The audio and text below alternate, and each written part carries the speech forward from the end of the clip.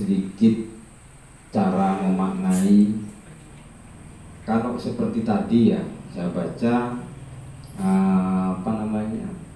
walladzi, adapun perkara. Kalau itu di semua itu nggak mungkin muat kitabnya, sehingga membutuhkan sebuah rumus, butuh pada rumus.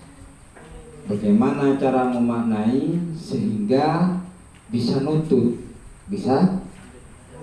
kecapok ya. Pasti maknai walladzi, adapun tak kabu. Bisa lihat di papan, Jadi rumusnya kalau makna adapun itu cukup dikasih tanda mim. Dan mim itu juga bermakna mubtada ya. Kalau bahasa Indonesianya adapun, mun canreng jember utawi, mun canreng Madura dining. Ya. Dining adik berapa bahasa sudah? Ada 4 bahasa Arab, bahasa Indonesia, bahasa Jawa, bahasa Madura, bahasa Kangean. Jadi mubtada itu bermakna pakai singkatan mim, yang artinya bahasa Indonesianya adapun. Kalau bermakna khobar, kalau bermakna itu berarti khob. Kare abri khob, berarti di situ menunjukkan khobar. Kedudukan lafadznya itu khobar. Terus kemudian kalau mubtada, kalau mim berarti kedudukan lafadznya menjadi mubtada. Terus lam itu bermakna bagian atau bermakna dengan. Mim fa ini disambung itu bermakna atas. Atau kalau dalam bahasa nahunya itu maf'ul. Kemudian kalau Allahu disingkat dengan tanda seperti ini. Tandanya seperti ini ya. Terus fa'il. Kalau fa'ilnya itu berupa manusia atau berupa orang, maka pakai singkatan fa yang ada alif. Tapi kalau bukan orang, bermakna selain orang, itu fa biasa yang artinya apa. Kemudian waw atof ya. Ini bermakna dan non. Biasanya membodoh wa benih wa ya. Wa itu bermakna dan. Jadi tandanya dikasih non. Mon itu oleh sedang ya abid. Langsung beri non berarti artinya dan. Kemudian mim yang ada alifnya itu bermakna pada. Kalau di huruf jernya itu biasanya lafadznya artinya ilah. Kemudian esot ini bermakna yang benedian maksudnya. Esot bermakna ya. Dalam nahunya apa? Siapa sih tahu? Munsot si ya kan bahasa Jawa benar. Berarti sifat. Terus kalau hak bermakna ini. Jadi mon ini cukup beri hak.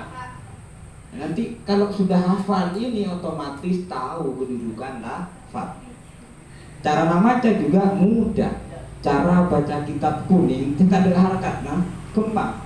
Kalau ada tanda mim tidak mungkin dibaca rofa, tidak mungkin dibaca jer, pasti dibaca dhamma. Kemudian juga kalau khobar itu tidak bisa dibaca fathah, tidak bisa dibaca jer, pasti dibaca dhamma. Selain mempermudah cara baca kitab, juga mempermudah meringkas makna. Arti ya. Selanjutnya jim dan mim itu artinya beberapa. berarti jamak. Al kalimatu, beberapa kalimat. Mau pasti tulis beberapa kalimat, ya salah. Kayak apa salah. Selanjutnya jim jawab itu bermakna maka. Dia itu barang. Artinya banyak. Silakan. Kayaknya. Biasanya ada kalimat apa? Huruf ma. Enggak ada ya? Huruf ada. Artinya barang. Selain kita usah tulis barang, riba cukup. Kalau zot itu di dalam apa? Menahuna. Zorof. Terus kemudian ain, karena. Artinya ain karena itu biasanya taklid. Taklid. Lil mujanasati contohnya. Lil mujanasati itu menjadi karena satu jenis. Kemudian hamzah dan mim disambung. Apa biasanya? Hamzah disambung. Makna apanya? Apa nih biasanya kan ini? Tamyiz. Benih hamzah ya. Apa? Etak ya. Etak dan mim ya. Keliru ini. Bukan hamzah dan mim, tapi tak dan mim. Kabel. Ini etak dan mim. Berarti dalam kedudukan nahwunya tamyiz. Menjelaskan apanya. Nah, seperti itu. Kemudian esak sesungguhnya. Biasanya di huruf in, nah, an, nah. Wa akhwatuha bentang taretan. Satu luri.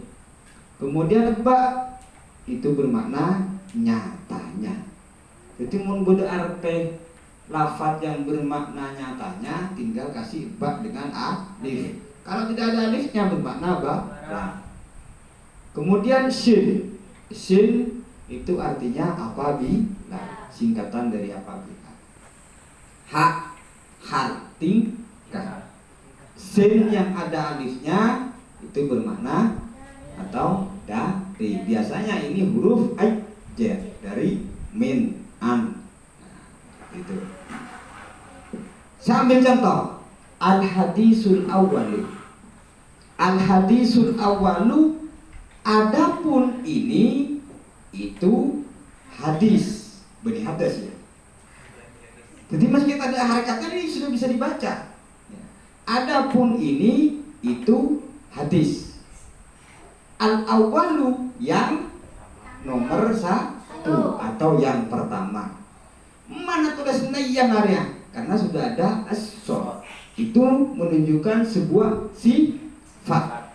Sifat itu harus sama dengan mausuf yang disifati. Kalau pote mausufnya, maka sifatnya juga putih. Ini kalau dhamma, nah, maka sifatnya juga harus dhamma. Tak boleh baca al-awwali, al-awwala. Kempang macam kita. Yang penting mau belajar. Si salah memang tak terlalu aja deh. Sulit. Ada yang terlalu abini ya. Yakin pakai kaman. Nyari anu mana? Apa panyuma? Al-hadisu. Ini kok ada makna ini ya? Padahal bahasa Arabnya ini apa? Ada artinya ini. Mak tak ada ya. Ternyata ini mubtada'nya ini. Nah, ini kan hadisu menjadi khobar. Ternyata imamnya ngirem, tidak ditampakkan. Mubtada itu tak ubahnya imam, khobar itu makmum. Kalau ada makmum pasti ada imam. Kalau ada imam pasti ada makmum. Tak kira mengkajian pasti membutuhkan khobar atau makmum. Nah, ini namanya imamnya disembunyikan. Seandainya ditampakkan imamnya seperti ini, hadal hadisu, kalau ditampakkan ya,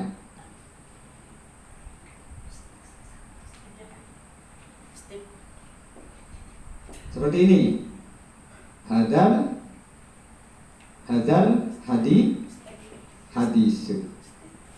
Adapun ini al hadisu itu hadis. Al awalu yang awal. Dimana kita ya harkat ini pasti bisa dibaca. Kalau hafal dengan rumus ini ya, untuk mempermudah. Rumus ini sebenarnya mempermudah. Jadi aja jadi intelijen. Intelijen pakai rumus ya. Buat mau pas tulis. Ada yang pas tulis ya. Adapun ini hadis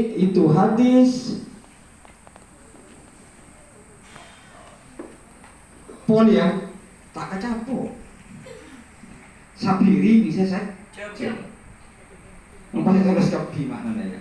Jadi mengambil rumus seperti ini sandi itu mudah. Jadi kalau adapun tinggal kasih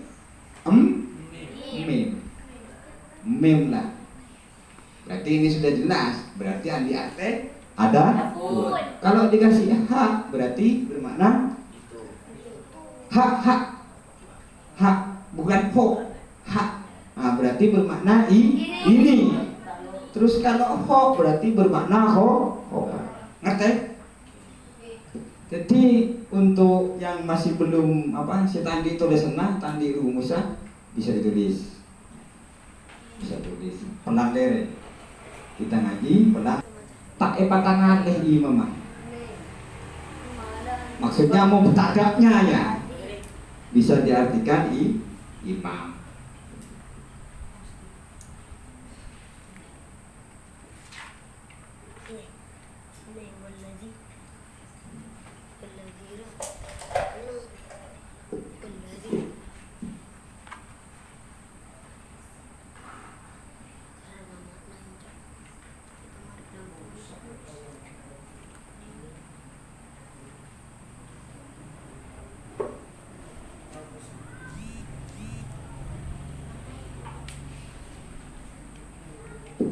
Lanjut ya, lanjut.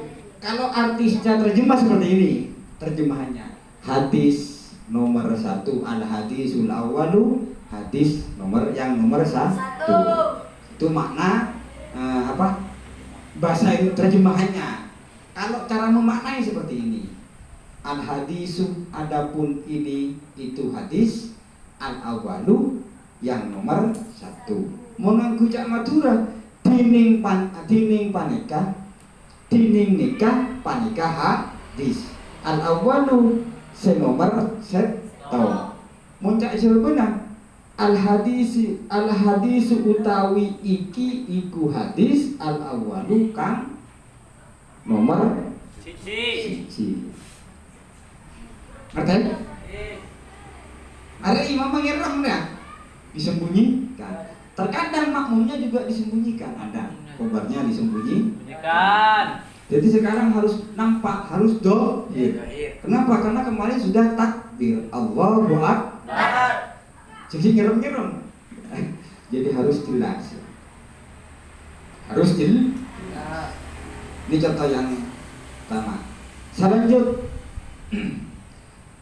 An Amiril Mukminina Abi Hafsin Umar bin Khattab radhiyallahu ta'ala anhu qala Sami'tu Rasulullah sallallahu alaihi wa ala alihi wasallam yaqulu innamal a'malu binniyati wa innamal likulli imri'in ma nawa faman kanat hijratuhu ila Allahi wa rasulihi fa hijratuhu ila Allahi wa rasulihi wa man kanat hijratuhu lidunya yusibuha aw imra'atin yunkihuha fa hijratuhu ila ma hajara ilaihi rawahu Imam al-Muhaddisin. An Amiril Mukminina diriwayatkan dari ada bermakna dari bisa baca dari ini artinya dari ya. Makna darinya kan tidak ada. Karena di sini juga ada sin. Ada sin yang bersama dengan alif. Sare dari. Maknanya dari di mana? Dari. Ini ya. Cuman regi sina. Apa khot apanya mana? Munsin tadi begini. Khot diwani. Betul khot, hah? Tak mau tahsin.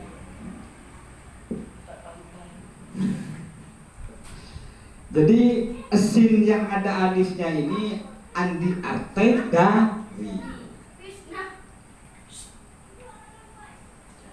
Diriwayatkan dari Amirul Mukminin. Nah, ini pemimpinnya orang mukmin. Siapa pemimpinnya orang mukmin? Abi Hafsin Umar bin Khattab. Yani Abi Hafsin Umar bin Khattab. Sayyidina Umar. Ya. Sayyidina Umar Radhiya fi'il madi. Setiap fi'il pasti butuh fa'il. Setiap fa'il ada maf'ul. Subjek, objek, predikat. Bahasa Inggris present tense, past tense. Ya. Itu pasti lah. Jadi fi'ilnya adalah radiyah. Radiyah ikut wazan Rahim. Radiyah ikut wazan apa? Radiyah ikut wazan. Iya tahu je fi'il madi ikut wazan apa? Nah, radiyah nasi tempeng. Tempeng nah apa? Wazan mauzunnya. Ini kan mauzun, radiyah mauzun. Sekarang wazannya apa? Ikut wazan. Dia ikut wazan fa'ilah, ya. Ikut wazan fa'ilah ya. Fa'ilah ya. Ya. Sorofa semua pas ya. Radiyah ini fi'il madi. Mana fa'ilnya? Karena setiap fi'il ada fa'il. Radiyah semoga meridhoi. Siapa sih meridhoi mau tak ada fa'il?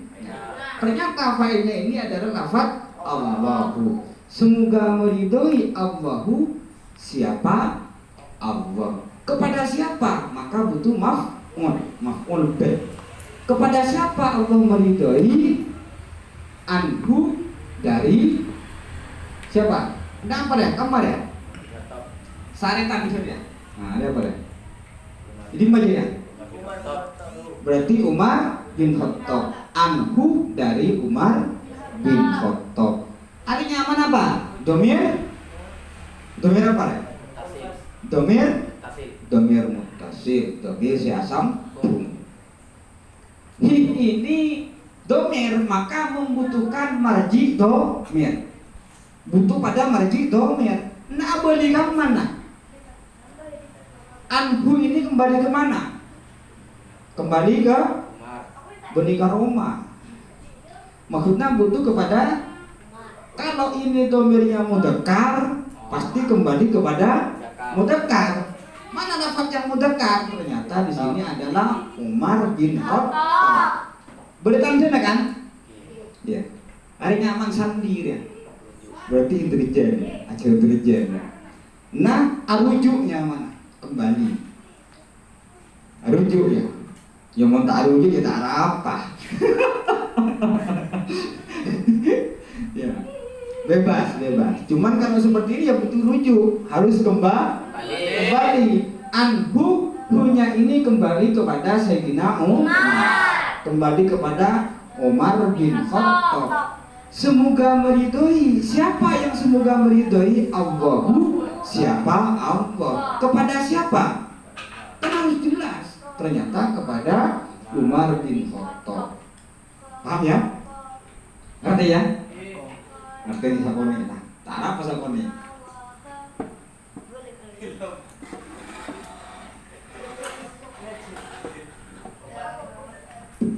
Ini yang contoh fi'il fa'il. Fi'il fa'il maf'ul bih. Ini pakai domir ya. Pakai domir muttasil. Kemudian domir muttasil yang mudzakkar. Ada domir muttasil yang mu'an. Kola asluhu apa Fitri? Asalnya lafaz kola. Fungsi lah. Iqlab sudah berfungsi. berfungsi. Rahel. Nah, koala. Beni koala. Bukan koala ya kakak. Tapi koala. Kola asluhu koala. Ana wasni fa'ala. Fungsi kan? Sudah berfungsi kalau kola ini fi'il Rahel fi'il apa? Dan siapa fi'il madi?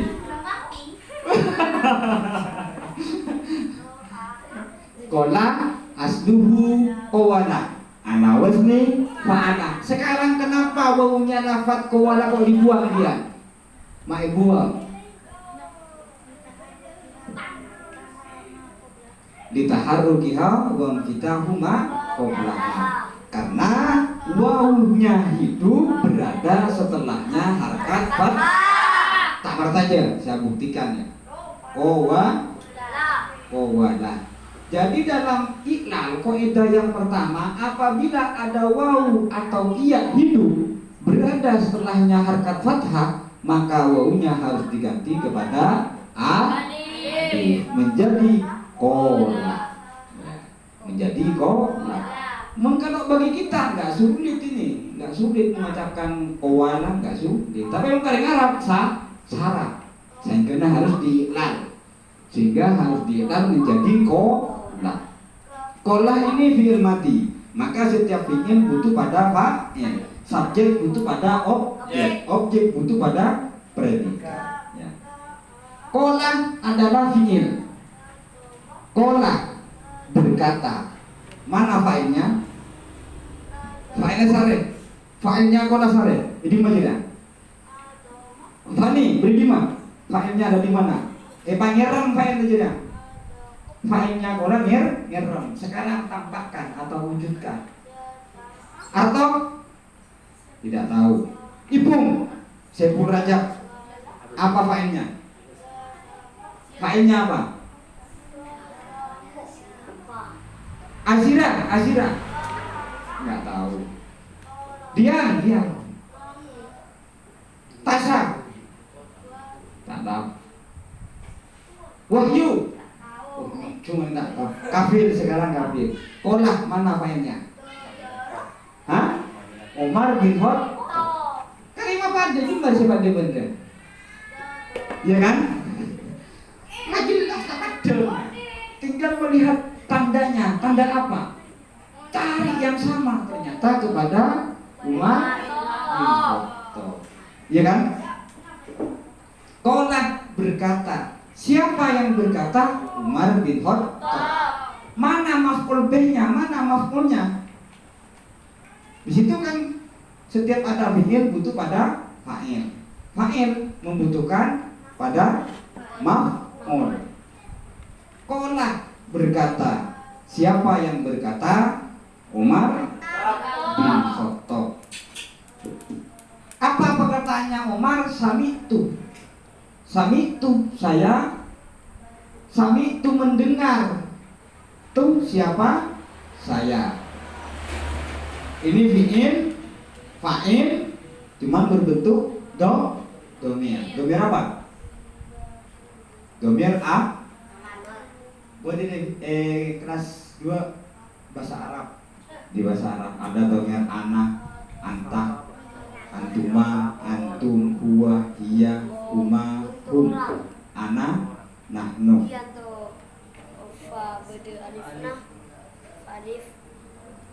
Rasulullahi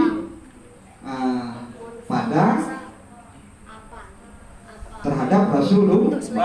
Ternyata Sayyidina Umar mendengar perkataannya Rasulullah Sallallahu Alaihi Wasallam. Yaqulu. Nah ini tingkahnya sudah hal ya. Ini tingkah. Yaqulu, apa yang didengarkan oleh Sayyidina Umar dari Rasulullah? Yaqulu hale bersabda. Siapa yang bersabda? Siapa? Siapa yang bersabda? Rasulullah. Nah, cari ya angka 1 mana? Di mana itu? Di mana? Badannya Rasulullah. Berarti yang bersabda ini adalah Rasulullah. Cuman yang mendengarkan adalah Sayyidina Umar. Sayyidina Umar menyampaikan sabdanya Rasulullah. Apa Apa esen sabdanya Rasulullah? Innamal a'malu binniyati wa innama likulli imri'in ma nawa. Innamal a'malu binniyat. Semestinya al-a'malu, adapun sempurnanya beberapa pekerjaan. Ini mah tulisnya beberapa ya. Tinggal dikasih jim dan mem. Beri jim dan mem sudah makna beberapa. Adapun tinggal dikasih mem. Ya, seperti ini. Berarti ini menunjukkan bahwa mubtada. Semestinya adapun sempurnanya beberapa pekerjaan binniyati. Binniyati ini menjadi khobar. Binniyati itu dengan beberapa niat. Ini mah itu dengan beberapa niat tulisannya nggak ada kan, cuma yang ada niat. Tinggal dikasih rumus tadi ya, kho atau jim dan mem. Itu menunjukkan dengan itu dengan beberapa niat. Jadi maksud dari hadis ini innamal a'malu binniyat, bahwa semestinya setiap pekerjaan, setiap amal itu harus disertai dengan beberapa niat. Apa kata niat? Tadi saya menjelaskan bahwa kalau khobar pasti dibaca rofa, al hadisu dibaca rofa. Sekarang ini kok dibaca kasroh, ya kan? Binniyati, mau baca kasroh karena ada huruf jar. Ada yang memerintahkan untuk dibaca kasroh. Apa di situ huruf jarnya adalah ba. Ba itu termasuk hurufnya huruf jar. Binniyati. Seandainya tidak ada ba-nya, tidak ada yang memerintahkan untuk jar, pasti dibaca an-niyatu. An-niyatu.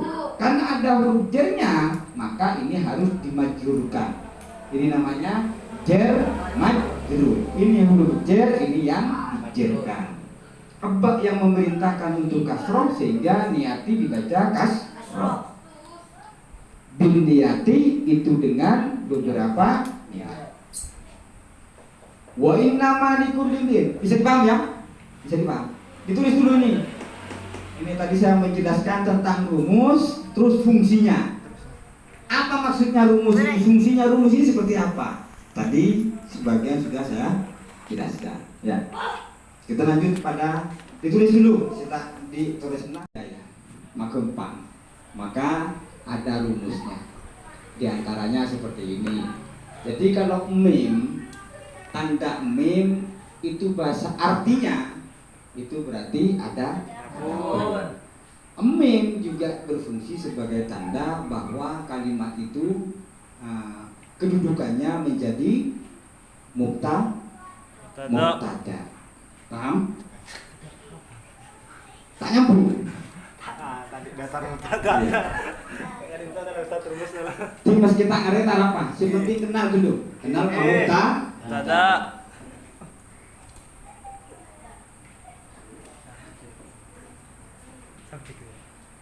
Cek sehingga gampang nggak ya? Mubtada itu imam, ya kan? Imam butuh kama. Tak mungkin mau imam tak butuh kama. Makmum pasti ada makmumnya ini. Makmum juga butuh pada imam. Mau pada makmum pasti ada imam. Contoh nggak ya?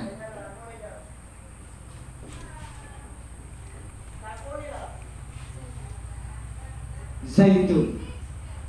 Katibian ya? Berarti zaitun katibian. Mau pada nam benar ya? Pada makmum mah zaitun ko imun. Ini nama orang ya. Zaitun ko imun. Baru di sini. Kalau cuma zaitun, berarti sholatnya sendiri mau dikaitkan kepada sholat. Zaitun ya Zaid. Nah sekarang kalau ada ada kalimat berikutnya, ada koimunnya, ini beda sudah. Atau kalau cuma zaitun ya dapat zaitun, kan bingung. Apa mana zaitun? Apa tedung? Apa toju? Apa mancing? Kan ya kan? Bingung kan menentukan. Mengkatibian apa sebel, apa temor, bingung. Nah jadi kalau sudah ada kelanjutannya, itu namanya zaitun koimun. Maka Zaitunnya ini menjadi mubtada, qaimunnya menjadi khobar. Artinya adapun Zaid qaimun itu berdiri jelas mudah-mudahan makmum. Mun jemaah zaituna sepukian buah ya. Apakah boleh? Apakah kamu mau maju atau mundur? Nah, seperti itu. Jadi mubtada'nya apa? Zaitunnya ini posisinya sebagai mubtada permulaan, kemudian qaimunnya menjadi khobar. Jadi qaimun itu menentukan Zaid.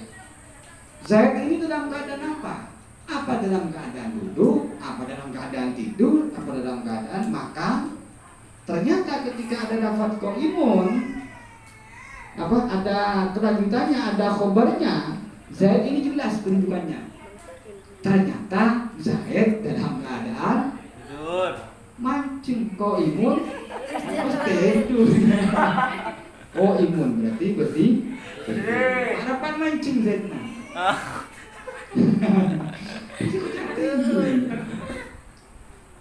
Untuk tidur Pak. Medi. Zaid tidur. Boleh ngocak wahyunya. Kamu juga pertanyaan kan, apa wahyu ya? Apa makan, apa ngaji, apa berapa? Wahyu Tungeng. julusun berarti adapun wahyu julusun itu dutodu. Berarti wahyu dutodu penentu. Makmum itu penentu untuk mendapatkan 27 derajat. Ketidian. Lagi bingung kan sama ketidian ya. Cuman Zaitun bingung lah. Bingung enggak? Tandi kedudukan, apa mubtada, apa khobar, apa maf'ul kan? Tidak mempunyai kedudukan. Sebab ya? Untuk sementara dipaham dulu. Paham kan ya? Cek mola artena mem itu ada. Mun pada ada pun tinggal kasih tanda mem. Mun pada makna itu tinggal kasih kho. Berikutnya, untuk yang berikutnya, saya penting paham ini dulu. Tanda seperti ini dulu rumusnya. Nanti berikutnya baru ngerti, oh ternyata mubtada itu dibaca rofa. Kecuali ada yang memerintahkan dibaca selain rofa. Dibaca dhamma maksudnya Pak. Mubtada itu pasti dibaca dhamma. Pasti itu. Mubtada pasti dhamma. Khobar pasti dhamma ya, atau rofa. Tapi kalau ada tadi itu Beda. Ya. Kalau ada yang memerintahkan seperti hanya kemasukan huruf jar atau anna atau inna dan saudara inna, anna, kana dan satulurin sataretana baru berubah. Tidak harus rofa. Munbut meripasi huruf jar, maka huruf jar itu memerintahkan kepada majrurnya juga harus dibaca kasroh. Ngerti ya? Anggap ngerti dulu. Tak ngerti, ngerti. Ya mungkin sekarang masih bingung. Montro alim kan aku tuh bingung. Mau tak bingung tak kira tak kira tahu mau tak bingung. Saya tahu berawal dari bingung dia. Buru atau mau tak bingung. Iya kan. Kau tuh bingung dulu buru tak tahu. Untuk secara gamblangnya, gampangan rumus ini dihafal, cukup lah. Rumusnya dihafal. Jadi mau pada ini beri hak, yang beri sot, adapun beri mem, apa lagi dia? Dari beri sin. Nah, terus kemudian karena beri ain. Apa mau naik ini? Iya, krono tahu. Maful ma'ah. Ya. Mun barang beri apa? Tanda apa? Ba. Maka jim beberapa jim mim itu sudah dihafalkan. Tak usah anu ya apa? mubtada, khobar, fi'il, fa'il, maf'ul, bingung. Ya. Bingung. Kian, berarti tahu kan? Mau tak bingung tak kira tahu gitu. Tak kalau tuh bingung dulu. Bingung baru tahu. Baru kan kenal. Ya mau tak mencari masa kenal. Di saat mencari itu namanya bingung. Bodoh dia, apa dia datang judul ya? Apa dia sih kocak mubtada, apa dia khobar? Eger-eger. Nyaman tak tahu, tak ada. Tapi kalau sudah ada khobarnya kedai. Karena oh ternyata ini khobarnya gitu. Paham ya? Oke? Jadi kalau di cara memaknai nanti untuk fathul qorib, mungkin pertemuan berikutnya kita yang terpenting sedikit banyak bisa makna tinggi. Kemarin cepat macam tak salah seperti itu ya.